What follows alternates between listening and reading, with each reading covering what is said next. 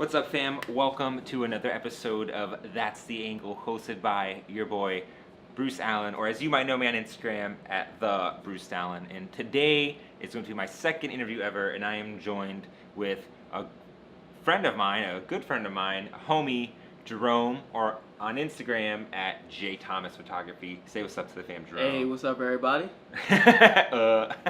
And so I brought Jerome in today because Jerome is a side of photography that I really don't dabble in. Like, there's things that you do that I think are interesting, so that's why I'm here. And you're always working, you're always shooting in the streets, you're always shooting events, and here I am, like, trying to do studio work and fashion work, and I feel like you're so polar opposites. So I mean, like, just like real quick, like, what kind of photography do you primarily do, and like what do you enjoy most? Well, usually I like to do a lot of event concert photography. When I was starting out learning how to actually work a camera, I did street photography because it's more accessible. You know, just go out, carry a camera with you, take pictures of random people doing stupid stuff in the street, things like that. Pretty much I was like learning how to use Instagram, like seeing what works, what people like in photos, and then after I started getting a grasp on the basics of photography, I thought about one day, it's like, maybe I should step up my game, learn how to edit, start reaching out to people. And So it started just like on the streets, yes. like every day, just like, was it like I want to take this seriously, or is it just like I just want to learn?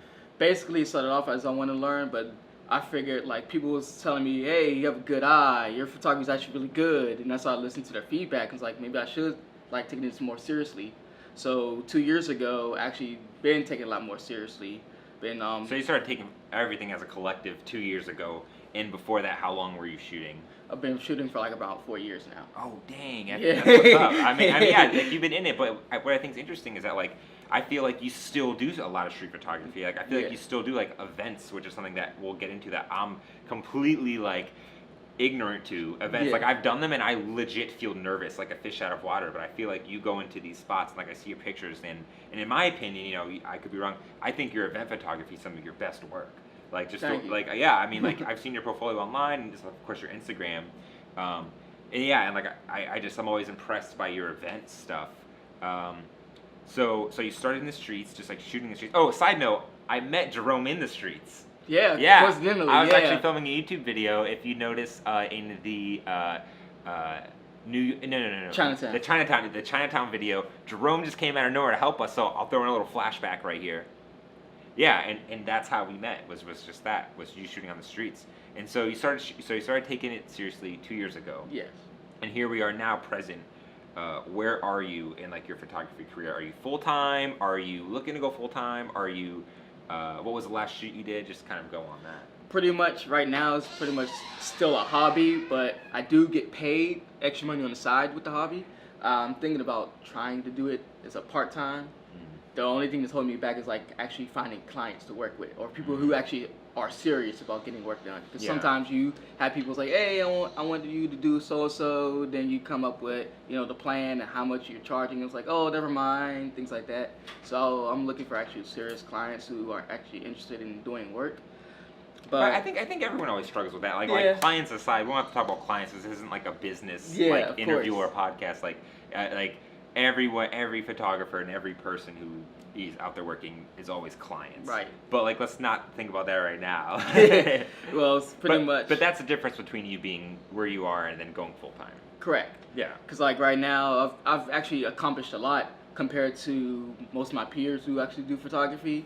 In what sense? Pretty much, like, I got it started in concert photography February of 2017. Oh, wow. So pretty much how I got to that was I went to a concert December 2016 at DC9, and it was Tennyson was performing.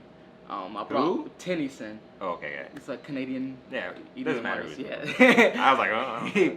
So they had, like, pretty much a camera policy. You can bring in your cameras with you. So I brought in my little Olympus EP05, little small pocket camera there, and I took pictures of it. I didn't know my camera was broken at the time, but my pictures came out really solid, and I was like, this looks interesting. They liked my photos. They liked it on Twitter when I posted it on Twitter. I figured. And so was that like your first gig? No, it wasn't my first. I just bought tickets to the show and just went. Oh, so you just like a normal person, except you brought your camera and decided Yes. to take pictures. Exactly. Okay. So I figured like this is pretty easy because like I already knew the fundamentals. I just had never shot concert before. Yeah, you That's the said first never. You concert. had to actually do it. So I figured like I had the skill to do it. So I'm actually want to shoot for an artist. So February 2017, Echo Stage, Big Gigantic was the headliner for that show. So I found out their manager's email, contacted her, and I don't recommend doing this.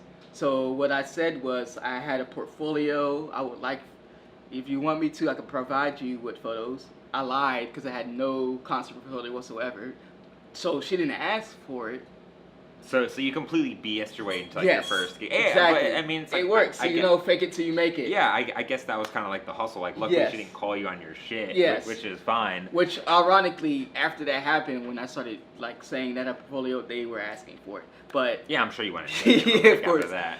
yeah, so And don't. So your event stuff started with that big gigantic shoe. Yes. And that's how you just like you finessed in, you got it, and how'd it go? Like, did you crush it? Were you like, oh crap? Like, how'd it go? Well, it was like since it was my first time in Echo Stage, well, shooting there, I didn't know how to traverse it. Like I would just be in the pit.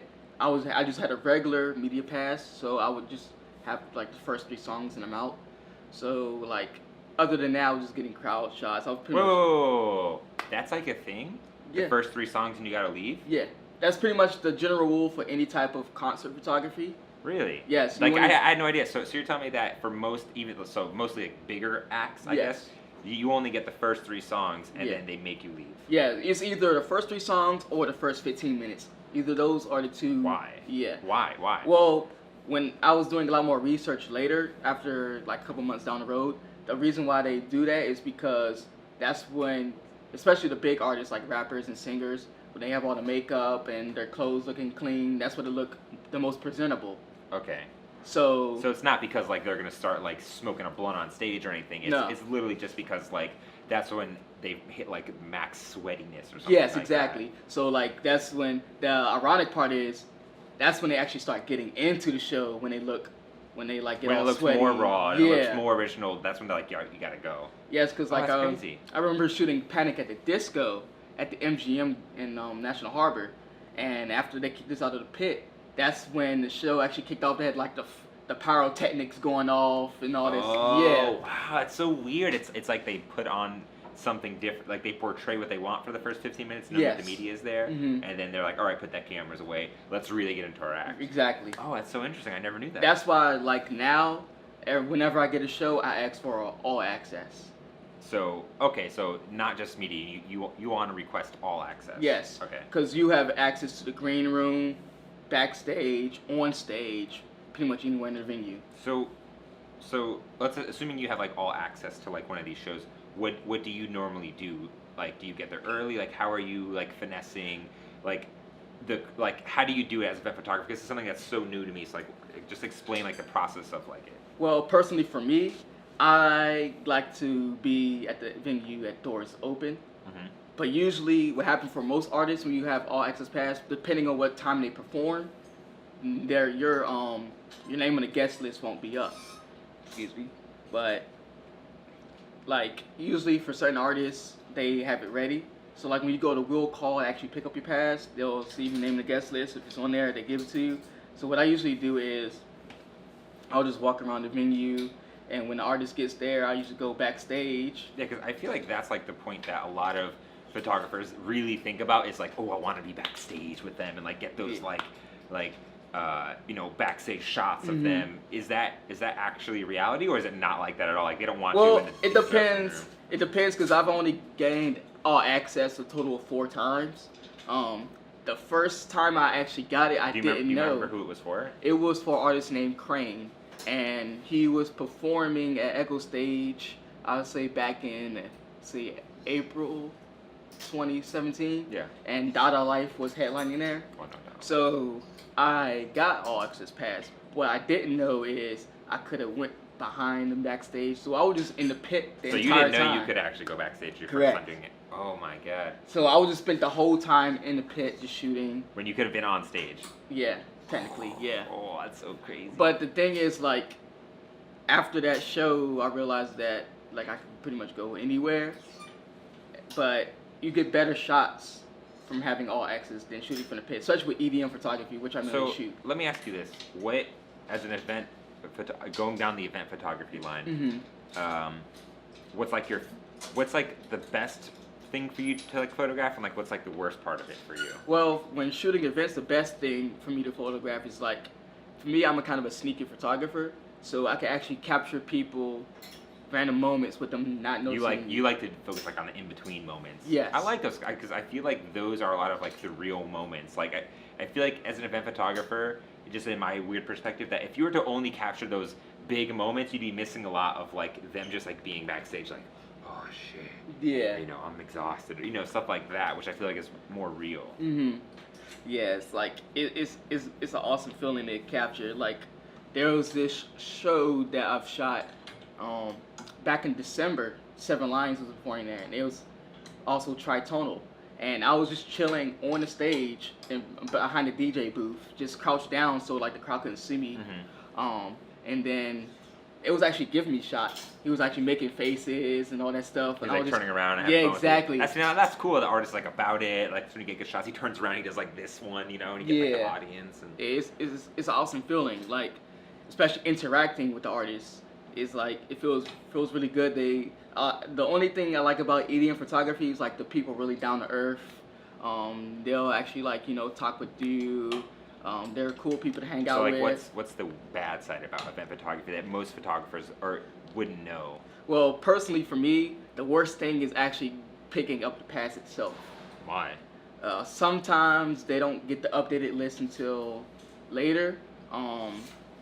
You know, sometimes it's hard to get a point of contact to let them know that, just connecting the dots when you get there. Pretty much. Hoping you're on the list, hoping they get their job. Oh God, that's gotta be Cause like I had this one experience. I was supposed to shoot Matoma in Echo Stage a couple months ago, and my name wasn't on the guest list. So I was supposed to have all access to that show.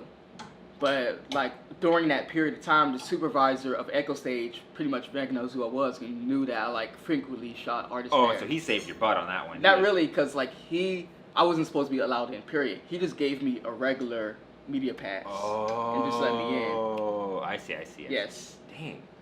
Yeah. So pretty much, you know, he let me in. I don't know why he just decided to let me in, but. Yeah, I was supposed to get all access, and I didn't really do any much shooting. So, cause like, yeah, the event photography is like a good amount of things that I really wanted to like chat with you about because to me it's so foreign, and I always want to learn more. Do you ever dabble in nightclub photography as well? Because I'll tell you what, I had a crazy experience where someone like, you know, they throw you that big number and you're like, sure, I'll do it. And and I got there and I felt so out of my element and just so not about it. But I just was like, I can't let them down. I have to get photos. Exactly. And it was just so awkward walking around with my camera, my lens, and like my flash. I just felt so intrusive. Now I feel like at a concert you don't get that feeling because you know it's expected, it's a bigger venue. But in like a club or like a small club or a bar with the dancing, like I just felt completely out of my element. Like. What have you done much of that or? Yeah, I've also done quite a few events like that, but for me personally, the worst part about that is, you know, people who don't want their photos taken. Yeah, dude, you actually want to know what I did? I had my flash too high. I had my flash on full power. Oh no! And this was the first time I did it. I had my flash on full power, and literally, I had people coming up to me being like, "Excuse me, can you turn down your flash? Like, I have epilepsy, and like that could trigger my seizures." And I didn't turn it down because I was like, "What do they know?" Right. But then, like after I went home the next day, I like looked up how to properly set your flash for like nightclub photography, and I was like, "Oh my god, I was blinding these women." Yes. Like I felt so bad. I was like, "Oh my god, I'm an asshole," you know. Wow, that's funny. Yeah. Yes, like actually when I started doing like, you know, club and photography stuff like that, I was in the process of buying a whole bunch of different like light modifiers. I bought like diffusers, soft boxes, and just had a bunch of different stuff I don't use anymore. Let's talk about that. Like, what kind of gear do you use for like your concert photography? Like, if you don't mind spilling the sauce? Like, what's your go-to setup for like concert photography? My go-to is pretty much camera, I bring a flash with me. Even though I don't use the flash, the only time I use it is if I'm trying to get crowd shots or if I'm backstage. So you normally just don't do flash at concerts? Correct. Okay. It's like pretty much just all the lighting and lasers is, pretty much. And are you doing it on like a full frame or a mirrorless? Well, I currently Oh, you have it? this mirrorless camera right here. It is a Olympus OMD EM1. So it is mirrorless? Yes. So you're getting a lot more light than a crop sensor? No, I am not. Because never mind. it is 2 times crop. So literally it is half the size of a full frame So sensor. what kind of a lens are you shooting on in the event? Pretty much, if you really want to get good images for concert photography, you need a fast lens. And most of the cheaper options is getting primes. Because primes usually you have the 1.8 aperture, the 1.4 aperture. But the more expensive ones are like the zoom lenses. Like, the wide to telephoto 2.8 lenses or the telephoto 2.8 lenses. Those are the most versatile, but they're also the most expensive. The reason why I use a So is this the one you shoot with? Yes, this is my what? go-to lens. This is a 12 to 40 2.8 lens. So for full frame, it'll be equivalent to a 24 to 80 2.8. Ah. The reason why what's the lowest f-stop? 2.8. Oh, 2.8. Okay. It's a constant aperture lens. So the reason why I like using this lens right here, because I can get the wide shots, and I can also zoom in At least for a little portrait bit. shots. Nice. Yes. In So case I have like you're the- really close and they bend down or something, and you're Yes. just like shit. Yes. But also you can finesse backstage. Exactly. You can most likely get the whole stage, and then you can get backstage. Correct. Nice, dude. I'm glad you brought your camera. Actually, that was a good Yes. idea. I'm gonna tell more guests to bring Bring their gear to bring like their go-to setup or Yes. something, just so we can like sort of hold it up, you know? Yes. So like I haven't actually shot a concert with this body yet. I've previously have a Olympus EM5, which I still own, and I've been shooting a lot of concerts with that. The flash I use is a Young Duo 564 flash. Yeah, we don't gotta go too Yeah. deep into gear. Yeah, of It's one thing course. to talk about gear and then to actually see it. I feel See like it, yeah. even me, when you start talking about gear, I'm just sitting here like, what? Uh, Okay. Like Numbers and I letters. feel like there's so many different like camera bodies and camera makers that you only know yours. When you start Yes. hearing other ones, you're like, okay. Yeah. But hey, if I'm wrong and you guys do want to hear it, let me know, and I'll put it in the comments or in the Yes. bio or something. So okay, so I feel like I finally got to flesh out the event photography, because like that's just not stuff that I think I'm interested in. I think other people would find interesting, but it's just something that I love to hear about. So yes. now at your career, where would you say you are? Do you say you're closer to going full time? Are you just trying to change your genres? Like, where do you think you're at? I'm pretty much gonna like change my genres. I'm trying to like explore more avenues of different photography, like the more commercial side of it. As in? Like pretty much, like product photography and things like that. Mm-hmm. More lifestyle photography. Yeah, because I've noticed that within your feed, it's gone progressively more towards like portrait street style Yes. esque sort of things. Mm-hmm. Yeah, it's like unfortunately my Instagram is like full of portraits. All my other work is on my website. But I feel like a lot of people's work is like that. Like, Yeah. like a lot of times the portfolio is different than the Instagram. Correct. And I can't say mine is, but same way as my friend Crystal, who was my first guest, she said that her portfolio, like her website's way different than her actual Instagram. And is that because you want to get hired for your portfolio work, not necessarily Instagram, or like it doesn't matter? Like, what's the thinking there? For me personally, it doesn't matter, but at the same time, I just don't want to be stuck as known as I'm the portrait photographer guy on Instagram, because that's when you check my Instagram, that's the first thing that people notice. Like, does a lot of portraits, must be a portrait photographer. Well, I'm actually not. But little do you know. Even though personally I think you should put one of your concert stuff up there, because I think it's some of your best stuff. yeah, the reason why I don't post my concerts on there, it gets no engagement. So I just keep it on my website. True. Yeah. Yeah, Hot Girls definitely works a lot better than. Yeah, and the funny thing sweaty is, old the only dudes. thing is like most of my followers are female. I have more women followers than I do have male followers. Yeah, same here actually. Yeah, I think it's like a 70-30 split for me. Now that I'm looking at my analytics. So mine's is a 55-45 split. Sorry, Jerome, it's the hair. Nah, It's the hair, bro. They see the flow, they're like, hello. No, I'm just kidding. that's funny. That's sweet. So yeah, so the other weekend you actually rented out this space and you did quite an interesting photo shoot. Which can we talk about that? Sure. Yeah, you shot Suicide Girls. Tell me about that shoot. Well, she was actually like pretty much doing the whole Suicide Girl hopeful thing. So she needed it like a photo so set. it was like her portfolio to be a Suicide Girl. Correct. Like on Suicide Girls website, they have hopefuls. They'll pretty much present photos in their profiles, and if it's good enough, they may be featured on the front page of Suicide Girls, and on the waiver that I signed. If one of her photos is featured on the main page, I get some money as well. Oh, nice, So, dude, that's sweet. yes. Yeah, it was pretty interesting. Like, I walked in like halfway through because I forgot something, and she was like sitting there like pretty much butt naked, like eating Cotton candy. eating cotton candy, and I was just like, what in the world is going on here, Jerome? Hey, she loved the photos. They turned out great. Hey, we'll do anything for the photos. No, that's Yeah. cool. That's cool. So yeah, I mean, event, and so you're just trying to go more towards portrait. I mean, I think that's really cool. So, if you off the top of your dome, worst photography experience? Like, is there a moment, if you don't mind talking about, like, is there a moment that you're just like, wow, I never want, like, is that a moment? Or There's quite a few. Like, how about the most recent one? Just the most recent one. Recent or one. like photography fail or something like that. Photography fail. You remember one where you were like, oh no? The most recent one is not the worst one, but it was I was shooting for Broccoli City. If people don't know what that is, it's an annual music festival held right here in Washington D.C. with major hip hop artists once a year.